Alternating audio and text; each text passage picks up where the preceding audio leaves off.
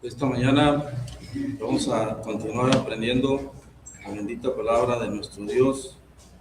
Este tiempo que es la verdad, diríamos muy poco, porque en realidad deberíamos de estudiar más tiempo.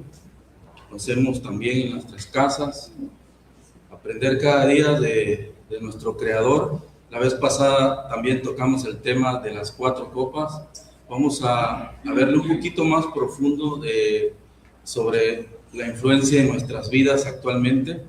Hoy en día el mundo obviamente empieza unas celebraciones también y las conocemos. Sabemos que nuestro Señor,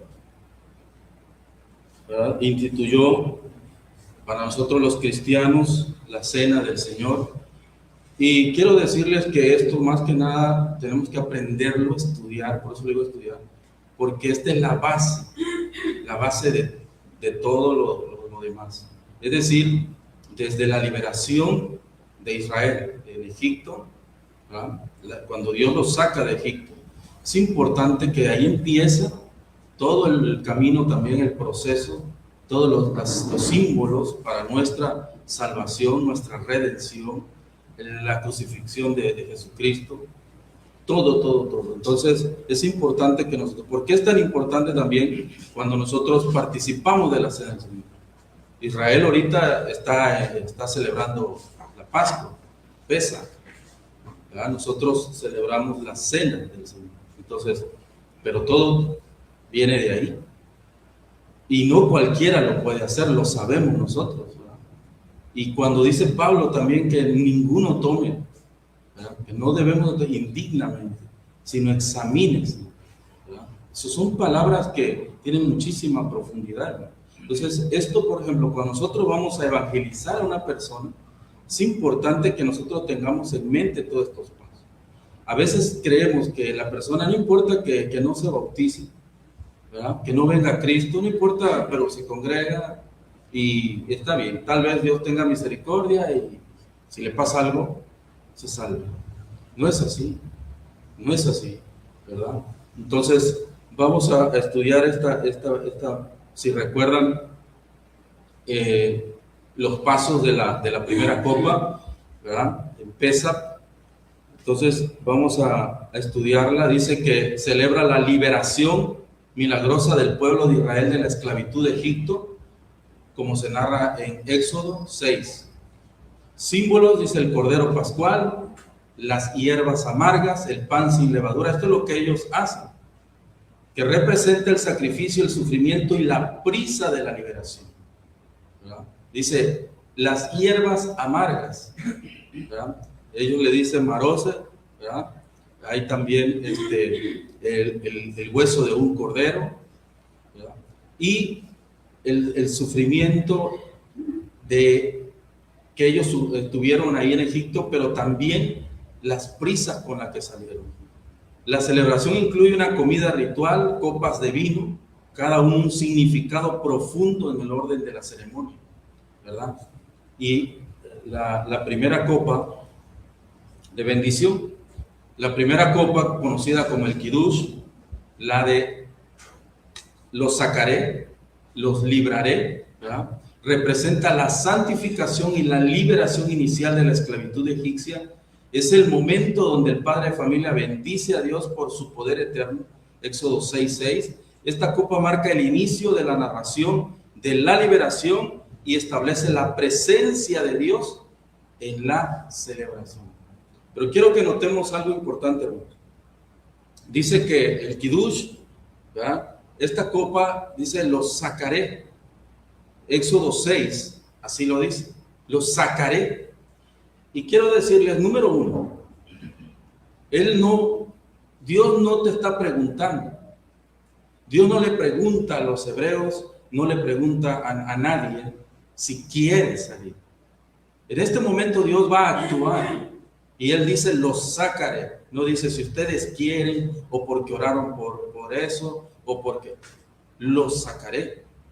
Es algo que el Señor siempre hace. Él dice, yo te voy a librar, yo te voy a sacar, yo te rescataré. Y luego dice, yo te tomaré y te llevaré conmigo. ¿Verdad? Entonces dice el pueblo, ¿qué tengo que hacer yo? Segundo punto, les manda que tomen un cordero, lo sacrifiquen y marquen los dinteles de las puertas de la casa, los muros y los dinteles, con la sangre del cordero, para que cuando pase el ángel de la muerte no toque esas casas. Es decir, Dios dice, yo voy a sacarte, pero tú tienes que actuar de esta manera. ¿Me entiendes? Entonces, cuando nosotros venimos a Cristo, la gente allá afuera oye el Evangelio, solamente lo oye. Pero ¿qué es lo que le toca a él? Aceptar a Cristo. ¿Para qué? Para cubrirse con la sangre del cordero, y cuando venga el día y venga el ángel de la muerte, pase por esa casa, por ese tabernáculo que está sellado, ¿verdad? No solo marcado por la sangre de Cristo, nuestro tabernáculo también está sellado con el Espíritu de Dios. Pablo dice que fuimos sellados, que nos has dado las arras del Espíritu. Entonces, la primera copa tiene mucha relevancia, mucha importancia, porque es el principio, hermano, cuando una persona quiere. Cuando nosotros venimos a Cristo, no fue fácil. Yo creo que todos tenemos un testimonio muy real de cómo fue que el Señor nos trajo a su pueblo. Tal vez pasaron días, meses, años, de que alguien nos hablaba, de que alguien nos leía un texto bíblico, de que nos invitaban a las reuniones. Pasaron tal vez mucho tiempo y tuvieron que pasar muchas cosas para que en un momento nosotros aceptáramos, ¿verdad? Y todavía hay gente que le cuesta trabajo aceptar. Muchos todavía dudan de la palabra de Dios. Hay gente que me dice, ¿por qué crees? O sea, nadie, según ellos dicen, no hay cosa real que realmente científicamente sea comprobado que Dios existe y cosas como esas. Pues yo no me pongo a discutir tanto, simplemente les digo, mira, si yo creo y no existe nada, yo muero y no pasa nada, pues no pasa nada. Si yo muero y no creo en nada, pero sí existe, me perdí. Imagínense qué dolor no poder ir hacia atrás. Mueres y descubres que era real. Entonces le digo, ni pierdo nada, pero sí puedo ganar mucho. Entonces, si yo prefiero mejor creer, morir creyendo en Cristo, que no creer y perderme, ¿verdad? Entonces, le digo, es importante que nosotros marquemos esto, y esto es real, ¿verdad? Evidencia. La primera copa nos decía, antes de pasar a la segunda, fuimos sacados de la esclavitud para vivir con identidad, propósito y compromiso delante de Dios, delante del Eterno. Dice Éxodo 6, por tanto di a los hijos de Israel, yo soy Jehová y yo os sacaré de debajo de las cargas de Egipto. La primera copa de Pesaj, conocida como la copa de liberación, Israel no podía liberarse a sí mismo, es real, estaban oprimidos, sin fuerzas y sin esperanza. ¿Conoce usted a alguien así? ¿Conocemos a alguien así? Igual que Israel, oprimido, sin fuerzas, sin esperanza, y es lo mismo que dice el apóstol Pablo, que estábamos en el mundo sin Dios, sin esperanza, sin nada. Así hay mucha gente. Pero fíjate, dice, Israel no podía liberarse. La gente no se puede liberar por sí sola. ¿Quién se puede quitar las cadenas? ¿Quién está en una prisión y puede decir yo solito puedo salir de aquí? Es muy difícil. Es muy difícil. Ahora, hay otra situación. A veces esas cadenas y esa esclavitud te gustan. El problema es que a muchas personas les gusta esa cadena. ¿Por qué quitarme esta esclavitud? Porque aquí vivo bien, aquí la paso bien, aquí me siento bien. El mundo, Egipto, te tiene convencido de que es lo mejor. Renunciar a veces es muy, muy doloroso. ¿Es fuerte? Sí. ¿Cuesta? Sí cuesta. Porque todos valoramos un día eso. Todos pesamos en la balanza. ¿Vale la pena dejarlo? ¿Dejar el mundo? ¿Vale la pena venir a Cristo? Y empieza ese debate interno y luego con la familia. Hay hermanos que testifican que su familia, sus padres, todos los abandonaron por seguir a Cristo. Perdieron todo. Hay otros que pierden su economía. Pierden, claro, lo primero que se van son los disque amigos. Se van, ¿verdad? Entonces llega el momento en que estás en el desierto, no te das cuenta y ya saliste de Egipto, estás en el desierto, pero lo añoras, ¿no? Dice, la esclavitud al pecado. Vamos a ver Juan capítulo 8.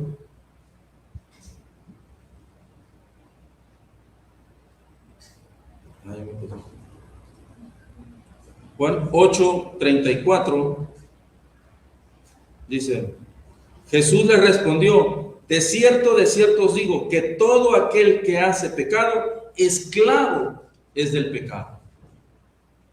Ellos estaban en esclavitud y Jesús dice ahora, de cierto te digo, que todo aquel que hace el pecado, esclavo del pecado es. Y el esclavo no queda en la casa para siempre, el Hijo sí queda para siempre. Así que si el Hijo os libertare, seréis verdaderamente libres. El esclavo no queda en la casa, el Hijo sí. ¿Verdad? El esclavo nada sabe, los hijos sí. El esclavo no sabe nada de lo que su amo va a hacer, el hijo sí. El libre sí. Es ilógico que en aquel tiempo, en la época que se estaba viviendo judía, un rico viniera y le dijera al esclavo, fíjate que tengo planes de hacer esto. No lo iba a hacer nunca. Es más, ni siquiera lo miraban a la cara. Ni siquiera sabía que existía. No se dignaban a mirar hacia abajo. El esclavo nada sabe. Y esto hay mucha historia en esto. Jesús, muchos dicen que hasta la fecha no sabe cuándo va a regresar. No lo sabía cuando estaba en la tierra, ahora ya lo sabe. Porque dice que Él se hizo esclavo por causa de nosotros. Por lo tanto, cuando estaba aquí no lo sabía, ahora ya lo sabe, ¿verdad? Porque luego dice, regresa a la tierra y le dice, ahora toda la gloria me ha sido devuelta. Cuando regresó por segunda vez con los apóstoles, que estuvo más de 40 días, ya tenía el conocimiento, ya tenía toda su gloria le había sido devuelta. Así que es una realidad que el esclavo, mientras la persona esté esclavo del pecado, nada sabe. ¿Le van a avisar cuando Cristo venga? No. El Señor no está obligado a avisarle. ¿A quién sí le va a avisar? A sus hijos. Aquellos que han sido sellados con la sangre de Cristo, marcados con la sangre, comprados con la sangre de Cristo. Lamentablemente los que no, ni idea van a tener, ¿verdad? Dice, cargas emocionales, espirituales y generacionales. Esto, hermanos, no solamente habla de que nos ha rescatado, nos saca de la esclavitud, pero dice que Egipto seguía estando en ellos. Entonces dice aquí que las cargas emocionales, eso también a pesar de que caminamos ya ahora, las cargas de la emoción nos siguen afectando, ¿verdad? En algunos casos, ¿verdad?, está influyendo en nuestro cristianismo, ¿verdad? Y dice también espirituales. Por eso Pablo ahora, miren, el ejemplo es que Israel le dio libertad física. Cristo nos da libertad espiritual. Israel, esclavitud física, de trabajos físicos, forzosos, sufrimientos físicos. Y Cristo dice, nos saca de la potestad de las tinieblas y nos traslada a su luz. Es decir, nos trae de Egipto, el Egipto espiritual, de la potestad del enemigo. El mundo está en manos de Satanás. Apocalipsis capítulo 11 y 12 lo dice. Y nos trae a su reino. Pero nos hicieron tanto daño allá que emocionalmente estamos acá, físicamente, pero emocionalmente nos duele lo que pasó allá, ¿verdad? Y dice, y aparte, de la generacional, ¿verdad? Entonces, realmente venimos cargando una maleta. Por eso Jesús dice, venid a mí todos los que estéis cansados y cargados, ¿verdad? Que yo los haré descansar. Entonces tenemos que ir a Él y ahí depositar todas nuestras cargas. No reservarnos nada. Él nos lleva al desierto, hermanos, una de las razones. Y nos lleva al desierto, aunque vivamos en una residencia, aunque vivas bien, en la mente, en lo espiritual, estamos totalmente, como decía David, como el ciervo, bramando por agua. ¿Cuánta gente se quita la vida y dice, pero no sé por qué, si vivía bien, ganaba bien? Porque estaba en un desierto espiritual. Y en ese desierto espiritual necesitaba de la presencia de Dios. Es para que nosotros ahí, sin cultura, sin tradición, sin apegos, lo busquemos ahí. Aprendamos a depender. ¿Por qué se lo llevaron a Egipto? ¿Qué le decían a Moisés? Nos sacaron de Egipto donde había pollito, donde había cebolla, donde había ajito, ¿verdad? Donde había comidita. Sí, está bien, éramos esclavos, pero había comida. Y nos trajiste al desierto agua y maná. ¿No? Porque el Señor quería que Israel aprendiera a comer de su mano, a depender totalmente de Él. Y el Señor les proveía de ropa. Sabemos, lo hemos leído aquí, que durante todo el tiempo que estuvieron en el desierto, ¿quién les compraba la ropa? No dice que ellos hacían la ropa. Dios le dice, nunca te faltó ni la comida ni el vestido. Yo he sido como un esposo para ustedes. Nunca compraron ropa, ¿verdad? El Señor les proveía ropa, les proveía agua, les proveía comida, de lo necesario para vivir, para que ellos totalmente dependieran de Dios. Nosotros nos lleva al desierto a veces y decimos, ¿por qué? La vez pasada que hablamos sobre el Salmo precisamente 23. O sea, ¿por qué nos va a veces tan mal? Le llamamos que nos va mal. El Señor nos lleva al desierto, nos quita todo aquello que alrededor nos estaba perjudicando, aunque nosotros no lo veíamos, porque Él quiere que comamos de su mano. ¿Cuándo actúa el Señor? No cuando nosotros dependemos de nosotros mismos. En el nombre sea de Dios, pero te voy a pedir un préstamo al banco. En el nombre sea de Dios, pero yo te voy a... No estamos dependiendo de Él. Estamos poniendo nuestros planes en sus manos y que se haga lo que yo quiero, no la voluntad de Él.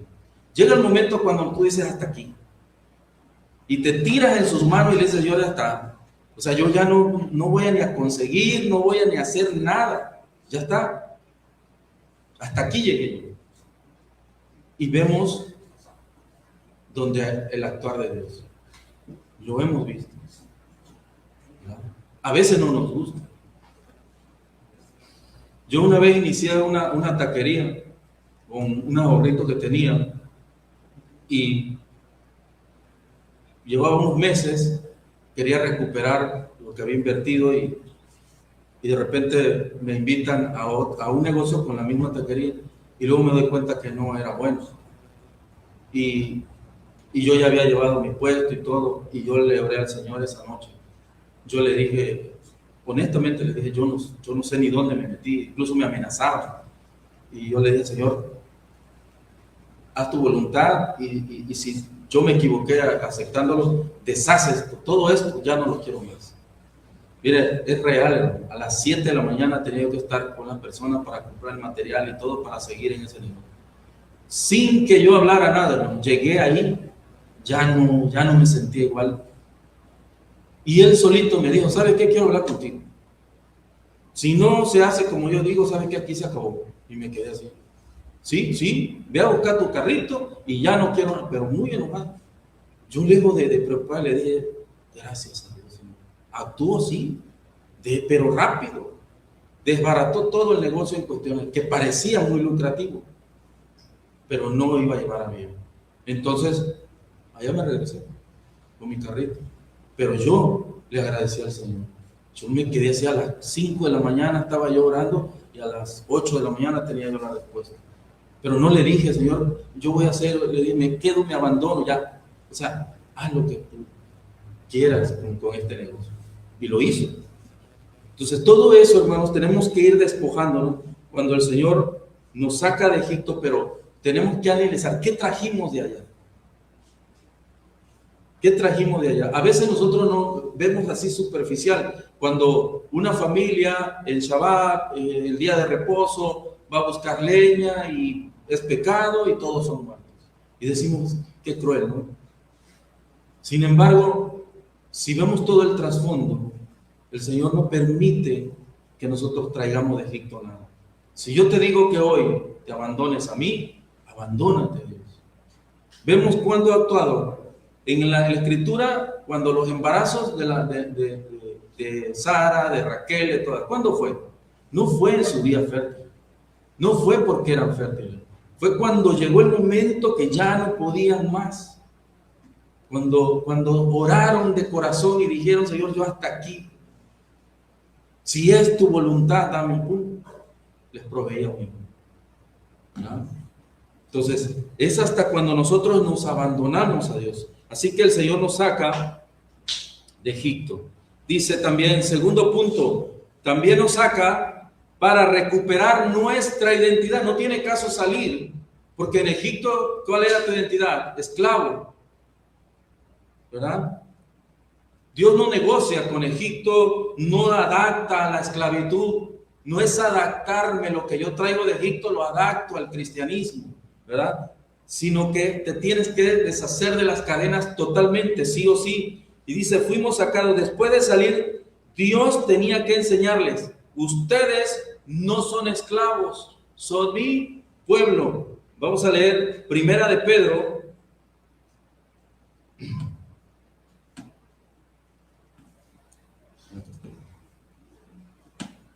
Primera de Pedro 2:9 dice, mas vosotros sois, esa es tu identidad, hermano, linaje escogido, real sacerdocio, nación santa, pueblo adquirido por Dios, para que anunciéis las virtudes de aquel que os llamó de las tinieblas a la luz admirable.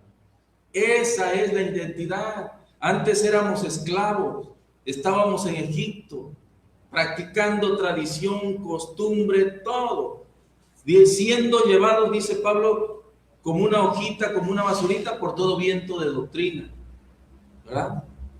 Pero el Señor nos sacó de las tinieblas, dice, a la luz.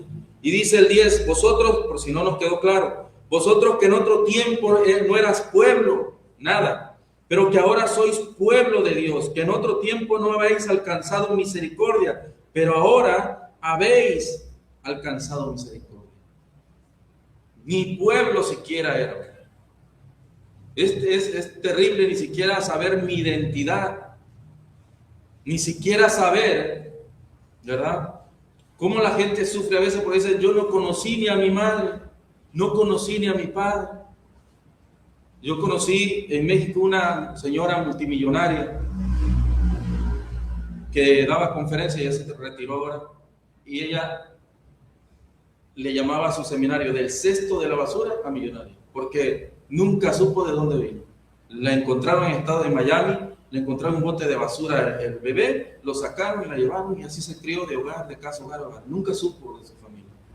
Y ella lloraba cuando daba sus entrenamientos de superación y decía, a mí me hubiera gustado conocer por lo menos un tío o algo, quizás mi madre ya murió, pero alguien de dónde vengo, ¿no?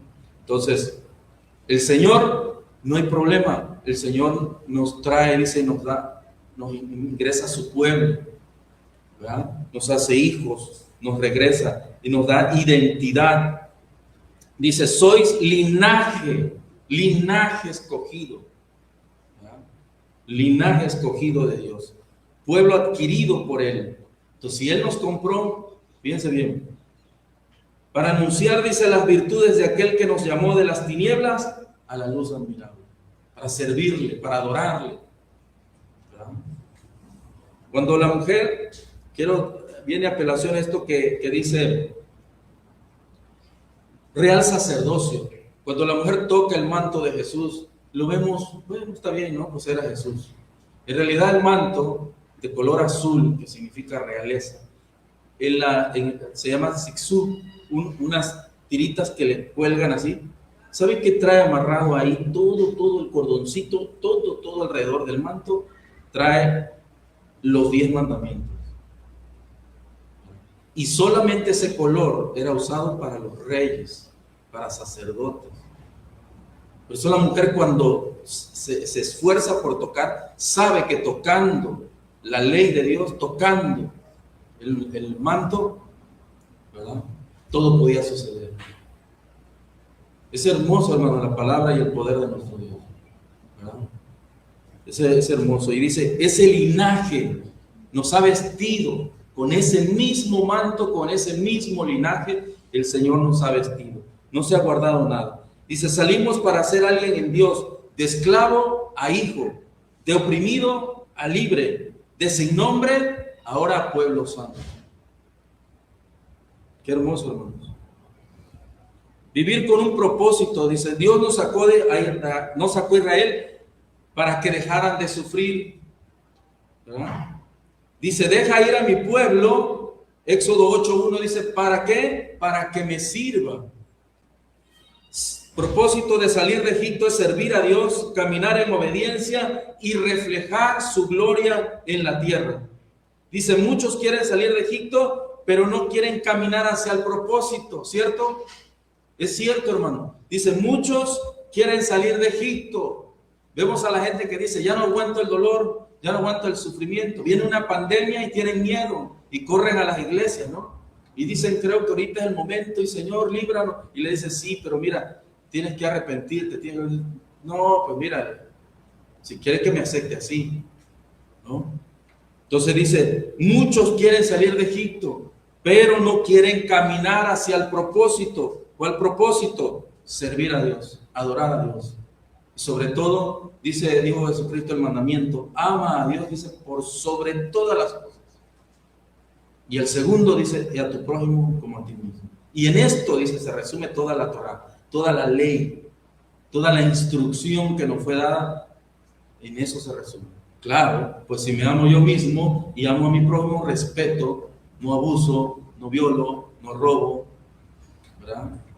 Y ahí se cumple toda la ley, ¿verdad? Fuimos sacados para vivir con compromiso. Éxodo 19:5. Si dieres oído a mi voz, seréis mi especial tesoro. O sea, nos llama, nos saca y no simplemente nos pone en una iglesia, sino con un propósito, ¿verdad?, de anunciar las virtudes de aquel que nos sacó de las tinieblas a la luz. Y también dice, si dieras oído mi voz, seréis mi especial tesoro. Nos ama, nos coloca en su pueblo, pero también tenemos que oír su voz. Y entonces nos tiene no como algo, sino como su tesoro, ¿verdad? Como su tesoro. ¿Qué implica esta libertad? Obediencia diaria, fidelidad a Dios y una relación con Dios. Vamos a ver la aplicación ahora en Cristo, hermanos. Lucas 4:8.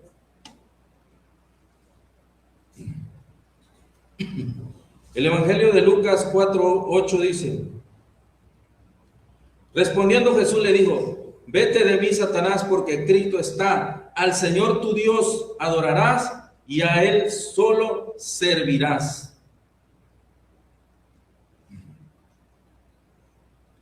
A Él solo servirás. Es el propósito de sacarnos de Egipto, hermanos. Solamente adorar a nuestro Dios. A nadie más, hermano, se debe de adorar. Aplicación en Cristo. Colosenses 1:13. 1:13. Dice, el cual nos ha librado de la potestad de las tinieblas y trasladado al reino de su amado Hijo. Trasladados ya al reino de su amado Hijo. Allí es donde estamos, amigos. Y allí es donde el Señor quiere que a través de todo este proceso traigamos a las personas, que las saquemos de Egipto y las traigamos al reino de su amado. Dice, en quien tenemos redención por su sangre, el perdón de pecado. Él es la imagen del Dios invisible, el primogénito de toda la creación. ¿Quién? Cristo, no hay otro más. Cristo, no hay más. Tenemos que entenderlo y hacerle entender a la gente allá afuera que no hay otro más. En Cristo, en Él. Dice, Él es la imagen de Dios. Le preguntó el apóstol, muéstranos al Padre. Dice, ¿cuánto tiempo he estado con ustedes? Y no le conoces. Él es la imagen de Dios. Él es la imagen del Padre, del Eterno, del Todopoderoso, del Creador de los cielos y de la tierra, del universo, del multiverso actualmente. ¿Verdad? La ciencia ha descubierto que hay muchos sistemas solares más y Él es el creador. No está dentro de nada. Él sostiene todo. Su palabra lo sostiene todo. Es increíble que no necesita mover nada. Yo hace rato venía reflexionando y aquí por la plaza un taxista se pasó el alto, como es domingo, se dio vuelta en uno y me quedé así. Y yo dije, cuando uno quebranta la ley de Dios, el Señor no necesita decir, hey, un ángel y castígamelo. La palabra, la ley solita te castiga. No necesita mover nada. Yo digo, si un juez, fíjense, lo que tarda un semáforo en mi mente se fue, y yo dije, entonces, cuando un tránsito lo hubiese parado y le hubiera dicho, esta ley violaste, no lo sabe el juez. O sea, el tránsito no necesita agarrar el celular y decir, oiga, fíjense que aquí tengo un señor que se acaba de dar vuelta en U, ¿qué hago? No, trae una ley. El juez está en su casa hoy domingo descansando, porque hay una ley. Yo dije, es cierto. Yo tengo que estudiar todo el tiempo, prepararme más, porque a veces pensamos que el Señor está así pendiente y a ver, le dice un ángel, ya acá se equivocó, ya acá. No. Tanto positivo como negativo, ¿verdad? La misma naturaleza está fluyendo a través de su palabra, a través de su ley. Todo subsiste por su palabra, ¿verdad? Todo se mueve en torno. Yo no sé por gente que obviamente no tiene, como dice, Dios no existe, ¿verdad? Entonces es importante. Dios nos ha liberado de la potestad de las tinieblas, del pecado, de la condenación y de una vida sin identidad. Esta primera copa termina diciendo, dice, Dios te sacó no solo para librarte, sino para transformarte con identidad, con propósito. Dios no te sacó de Egipto para que vivas como libre, te sacó para que vivas como suyo. ¿Te das cuenta? Como suyo, como de Dios. Y así caminar sobre la tierra, como hijo de Dios, como hijo del Rey. Amén, hermanos. Así es, hermano. Dice esta segunda copa, el sacrificio, conmemora el sacrificio del Cordero, cuya sangre protegió a la familia israelita durante la plaga. Dice Éxodo 12:3, y veré la sangre y la pasaré de vosotros, y no habrá plaga de destrucción sobre vosotros. No murió ningún judío, ningún hebreo no murió, ¿verdad? Simboliza la redención del juicio divino y la misericordia de Dios al pasar por alto las casas marcadas con sangre del Cordero. Así que la invitación también es, hermanos, para que marques tu vida, marques tu corazón, aquellos también que nos ven por las redes sociales, que solamente con la sangre de Cristo nosotros podemos tener esa salvación, ¿verdad? Principalmente la salvación, y después nos libra, ¿verdad?, de todos los demás juicios. Dice la conocida copa de la liberación, ¿verdad? No basta ahora, dice, con salir de la esclavitud, hay que ser libres del poder que nos dominaba también. Israel salió de Egipto, pero Egipto seguía en su mente con emociones y todo. Es decir, lo vemos nosotros en el Éxodo, ¿Qué hicieron? Posteriormente, hasta un becerro de oro. ¿Dónde lo traían? En el corazón.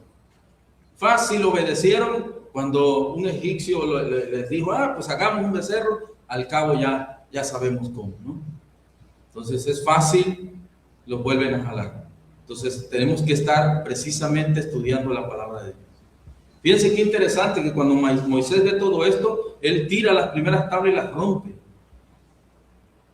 El segundo tablas las vuelve a escribir Dios con su propio dedo, no Moisés. El Señor nunca deja que el hombre haga lo que a él le corresponde, pero el hombre tiene que hacer lo que a él le corresponde. Entonces, tenemos que estudiar la palabra de nuestro Dios. Romanos 12.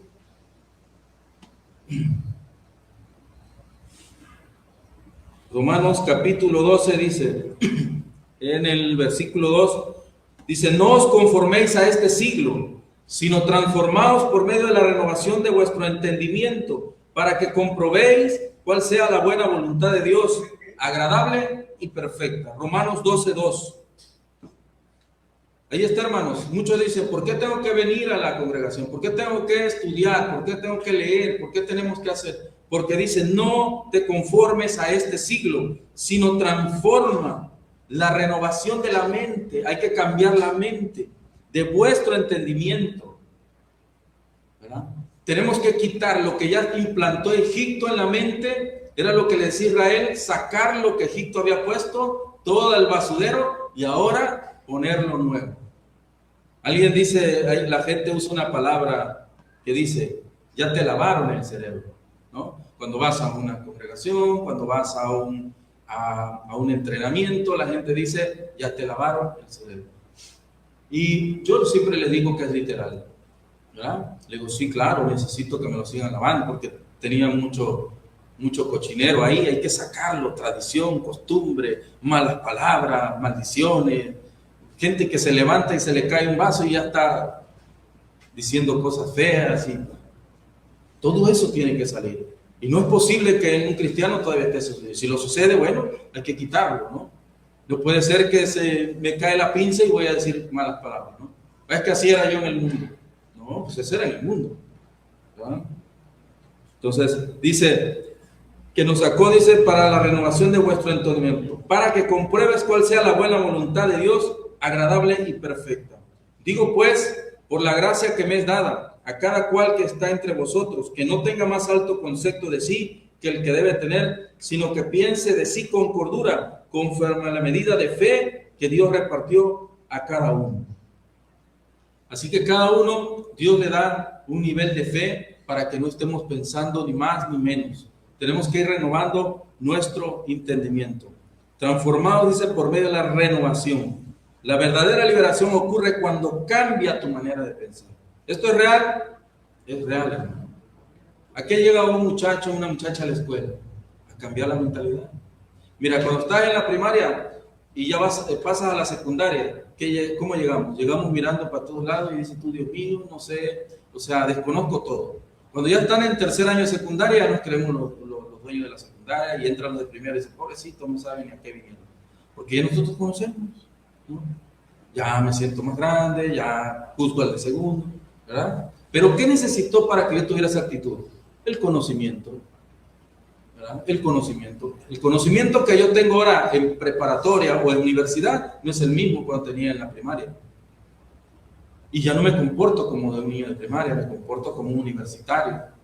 Y después cuando ya eres profesionista, como un profesionista, que hasta la gente dice, es profesionista, no puede hablar así, no puede vestir así. ¿Te das cuenta? O sea, el conocimiento, nosotros conocemos la palabra de Dios y por lo mismo también tenemos que ir cambiando.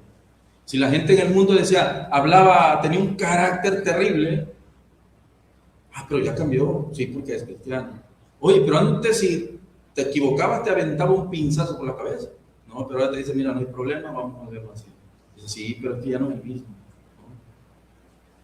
¿Verdad? Una señora lloraba una vez porque decía que ella, tanto sufrimiento, abandono de su esposo, a sus hijas, todos tenían una marca en la cabeza de friderazo donde le rompía la columna por aquí, y ella lloraba. Todos mis hijos los tengo marcados. Ya les pedí perdón, dice, pero ella es de Oaxaca. Y ella lloraba y decía, todos los marqué a Friderazo por su dolor. Hasta que llegó a Cristo, conoció el Evangelio, ella cambió. Bueno, más bien Dios la cambió a través de su palabra, ¿verdad? Entonces, renovar el entendimiento. ¿Qué nos confronta? Dice, la segunda copa está asociada con los judíos, dice, ídolos, sistemas opresivos y poderes espirituales. Eso es lo más difícil, hermano, ¿verdad? Pablo dice que hay una guerra espiritual, que es la que nos está metiendo en la cabeza constantemente.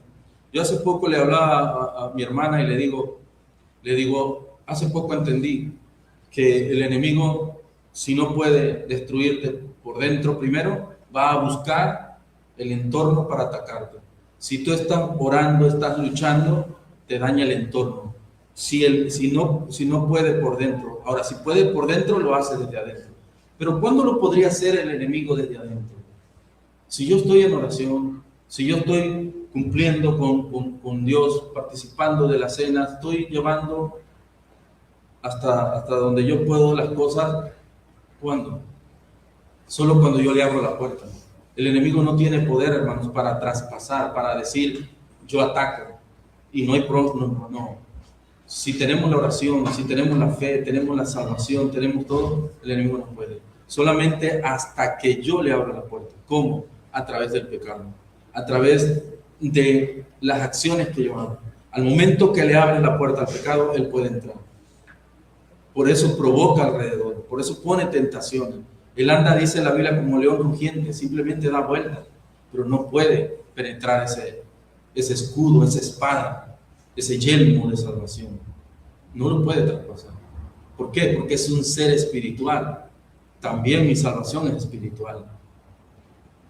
En Hebreos 6, Ruach HaKadosh, el Espíritu Santo de Dios, que mora en nosotros, no lo deja penetrar.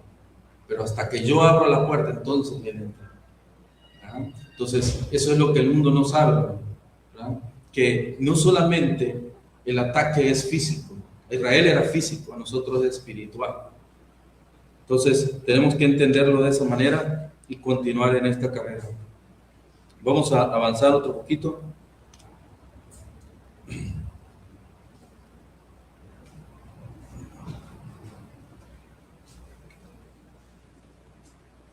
Nos ha librado de la potestad.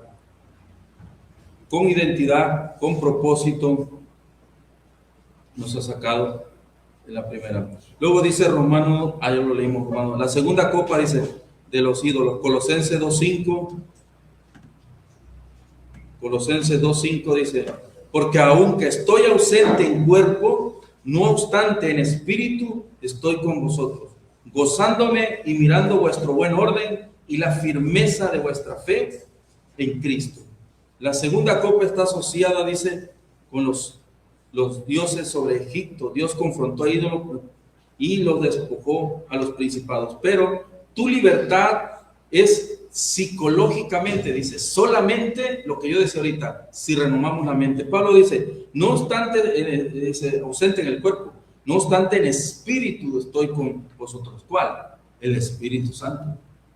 Es el mismo que está ministrando hoy aquí y es el mismo que está ministrando en Estados Unidos, en Europa, donde esté la iglesia de Cristo. Ahí está el Espíritu de Dios.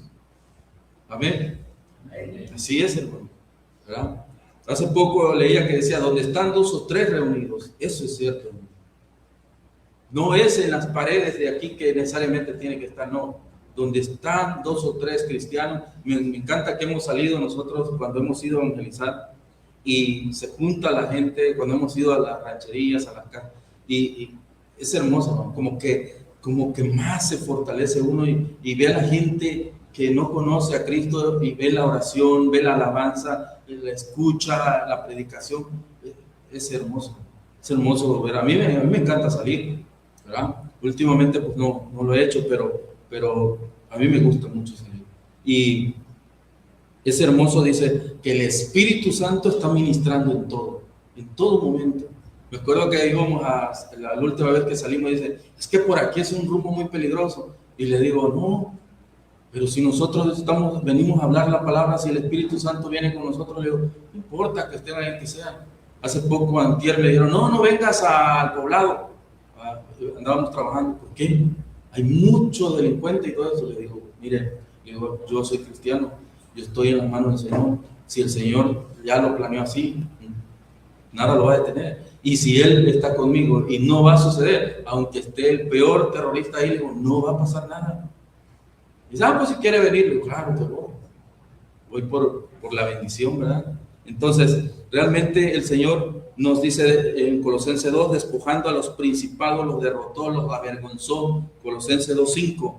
Vamos a ir hacia el camino terminando este tema, ¿verdad? La cena de liberación, una mesa adornada con elementos simbólicos. Ahí está el matzá, la jarose, el cordero pascual y las 4 copas. Esto es muy importante. El matzá es el pan que nosotros tenemos ahí, el pan sin levadura. Es el matzá en hebreo, ¿verdad? Qué hermoso, hermanos, entender eso. Ponen abajo, hacen un mantelito así y le ponen 3 niveles y ahí meten 3 panes. Ellos, los en Israel, el Padre, el Hijo y el Espíritu Santo. Y el de en medio lo sacan y lo esconden. Y solo consumen el primero y el segundo, el que escondieron, empiezan a buscarlo. Y el que lo encuentra ese pan, mayormente ponen a los niños a buscarlo. Tú le tienes que dar un regalo para que Él te dé de ese pan, ¿verdad? Entonces es hermoso entender que nosotros participamos, ¿verdad?, del cuerpo de Cristo. En Mateo 26 aprendemos de esto, de la institución de la cena para nosotros. Qué hermoso, hermano, asociarlo con todo esto que el Señor nos da, ¿verdad?, en esta copa. La última cena, Jesús transforma la Pascua, ¿verdad?, en la cena. Jesús celebra la Pascua con sus discípulos siguiendo la tradición judía. Efectivamente, Él tomó las 4 copas, ¿verdad? La copa de redención del nuevo pacto se convierte en la copa del nuevo pacto sellada con su sangre. Durante la ceremonia, Jesús toma la copa de redención y la transforma en un nuevo significado. Esta copa es el nuevo pacto en mi sangre que por nosotros es derramada. En Lucas 22:20. Entonces, esto es hermoso. Por eso lo quería traer a colación, hermanos. Que esto es totalmente cuando nosotros decimos, al momento de participar de la cena del Señor, ¿cómo debe estar nuestra mente? Totalmente enfocada. Dejar Egipto afuera. Con sus estreses, con sus preocupaciones, con sus deudas, con todo. Hoy estamos celebrando al Señor. Y en ese momento me abandono a Él. Me abandono a Él. Y recordar, dice, el sacrificio de Jesucristo en la cruz. ¿Verdad? Recordar. Ahora, ¿quieres participar de la cena del Señor? Tienes que venir primero a Cristo. Tienes que salir de Egipto. Tienes que renunciar. ¿Por qué es necesario decir, me arrepiento de todo? Porque estás renunciando de todo aquello. Si no lo aceptas en el corazón, es imposible. Yo escuché una señora que es una historia muy fea, pero dice, le llegan y le hablan de la palabra y le dice, ¿por qué quiere usted que yo me entregue a Cristo? ¿Para que me perdone? ¿O porque cree que estoy arrepentida? Dice, es que el problema es que no estoy arrepentida. Yo maté, hice todo eso, pero no estoy arrepentida. O sea, el primer paso es arrepentirse. O sea, ella no quería ni siquiera arrepentirse. Entonces no tiene caso. No tiene caso. Entonces no tiene, no importa, tú sigue el camino, bautízate. No. Tenemos que estar convencidos de que Egipto ya no me ofrece nada, de que ya no quiero nada con Egipto. No me interesa, me hicieron mucho daño. Siguiendo la tradición, siguiendo la costumbre, siguiendo hombre por hombre, mujer por mujer. ¿Verdad? Dice durante la semana, Jesús toma la copa. Por eso en los evangelios de Juan, Marcos, dice, y tomó la copa. Y tomó la copa, ¿verdad? Porque Jesús lo hace de acuerdo a como un hebreo, como un judío, como estaba instituido. Pero qué hermoso, hermano, la palabra de nuestro Dios. Él es el Cordero perfecto. La sangre de Yeshua, el Cordero de Dios sin mancha, sella el nuevo pacto prometido por Dios. Su sacrificio perfecto reemplaza todos los sacrificios anteriores. ofrece redención, no solo a la esclavitud física de Egipto, sino de la esclavitud espiritual del pecado que afecta a toda la humanidad. Estaba guardado todo para ese momento, hermanos. Estaba todo el camino para ese momento. ¿Qué nos enseña Egipto? ¿Qué nos enseña el antiguo Israel? Nos enseña muchas cosas, que tenemos que, no solamente nos habla de lo físico, ahora también de lo espiritual. La celebración anual de Pascua se transforma en la celebración continua de la salvación disponible en Cristo para todo aquel que crea. Está disponible, está a la mano. Solo tienes que querer, solo tienes que arrepentirte, renunciar al Egipto antiguo, para que podamos nosotros vivir en libertad, no en libertinaje, sino en la libertad que nos da Cristo, ¿verdad? En el momento culminante de la cena, Jesús toma la copa que representa la redención del juicio y la redefine como el símbolo de una redención eterna. Su sangre derramada no solo protege de una plaga temporal, sino que ofrece vida eterna a todos los que creen. No es de una plaga terrenal, no es de otra enfermedad que el mundo esté planeando, ¿verdad? Es totalmente vida eterna. Fíjense bien, los que no es lo mismo revivir que resucitar, ¿verdad? Una vez me preguntaban eso, ¿verdad? Mucha gente habla de la reencarnación. No, yo no quiero reencarnar, yo quiero resucitar. Los que reencarnaron volvieron a morir, ¿verdad? ¿Cuántos no resucitaron o revivieron, perdón, en el Antiguo Testamento? Pablo también regresó a la vida a un muchacho, a una muchacha, muchos. Jesús a Lázaro, pero Lázaro murió. Pues claro que murió. Entonces, no es lo mismo. Entonces, Él nos ofrece vida eterna. Es decir, resucitar es mejor que morir. ¿Tenemos que morir? Claro, es un mandamiento. Está establecido para los hombres que mueran una vez. Y eso se tiene que cumplir sí o sí, porque su palabra se tiene. Así que cuando cerramos los ojos, estamos obedeciendo también. Estamos cumpliendo la palabra y eso es hermoso. Hace poco vi un estudio que decía que Elías sí o sí tiene que regresar. ¿Por qué? Porque no ha muerto y tiene que cumplir con el requisito, tiene que morir Elías. El Señor lo detuvo y porque necesita otra vez. Incluso se habla de Juan también, el que escribió Apocalipsis, porque el ángel le dijo, y volverás a predicar. Y ya Juan tenía más de 80 años. Entonces, y el Señor Jesús dijo, ¿y qué si yo quiero que Él quede hasta que yo regrese? Entonces, se cree que también Juan no murió.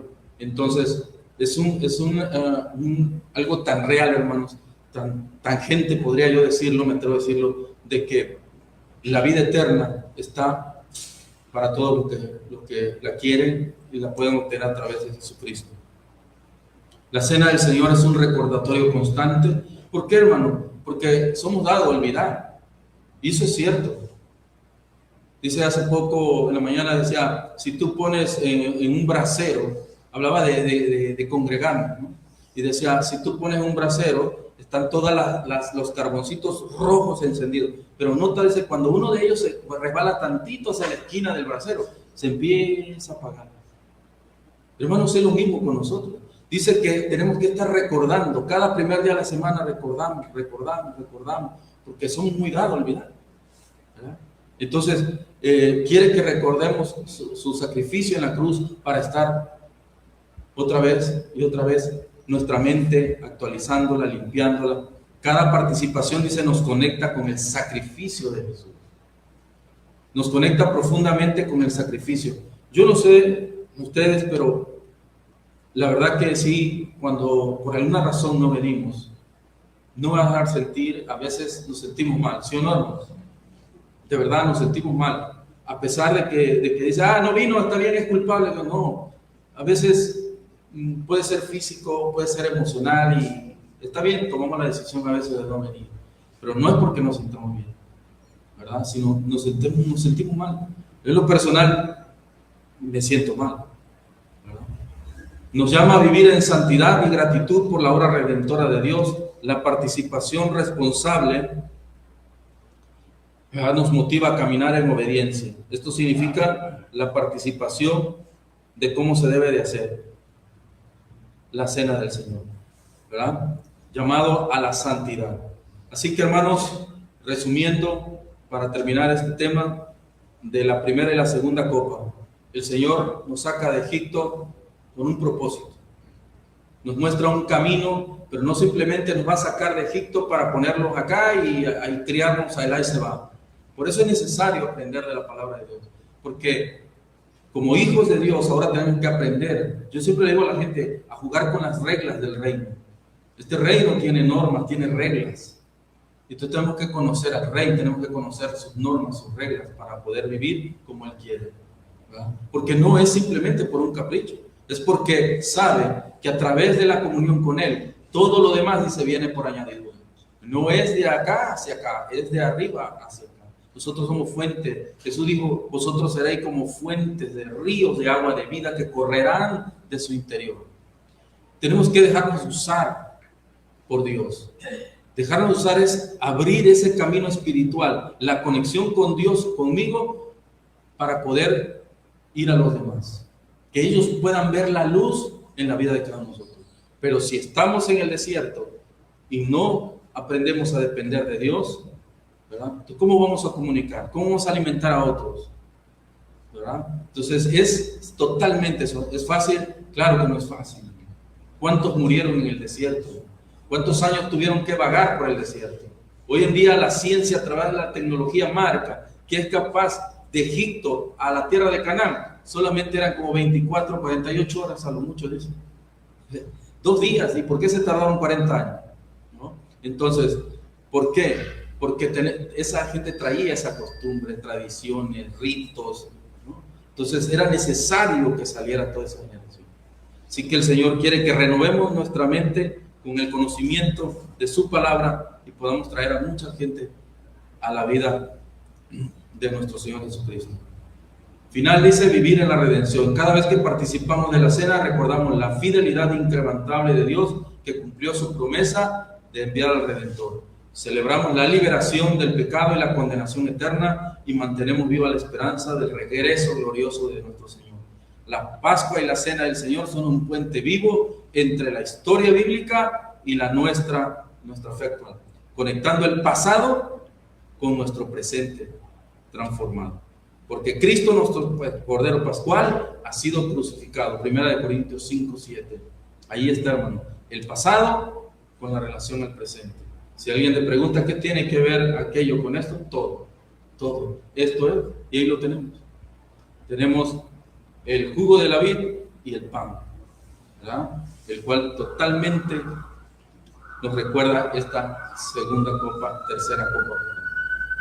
Y la cuarta copa vimos la vez pasada, con él la tomaremos, ¿verdad? Así que esperamos en Dios, en Cristo Jesús, que este tema sea de mucha bendición y desde luego que muchas personas lo vean, lo analicen, ¿verdad? Si hay preguntas, si hay dudas. A mí me han hecho preguntas a través del canal, me han hecho preguntas a algunas personas y espero ser todavía más de bendición para muchas personas y sobre todo la Iglesia de Cristo. La Iglesia de Cristo está retomando bastante camino. Ahorita yo lo veo en diferentes redes sociales, Estados Unidos, México, está retomando el camino porque son los tiempos finales, ¿verdad? Ya dice, no es el final, es el principio del fin. Así que, hermano, pues que Dios les bendiga y les dejo, espero que sea de mucha bendición.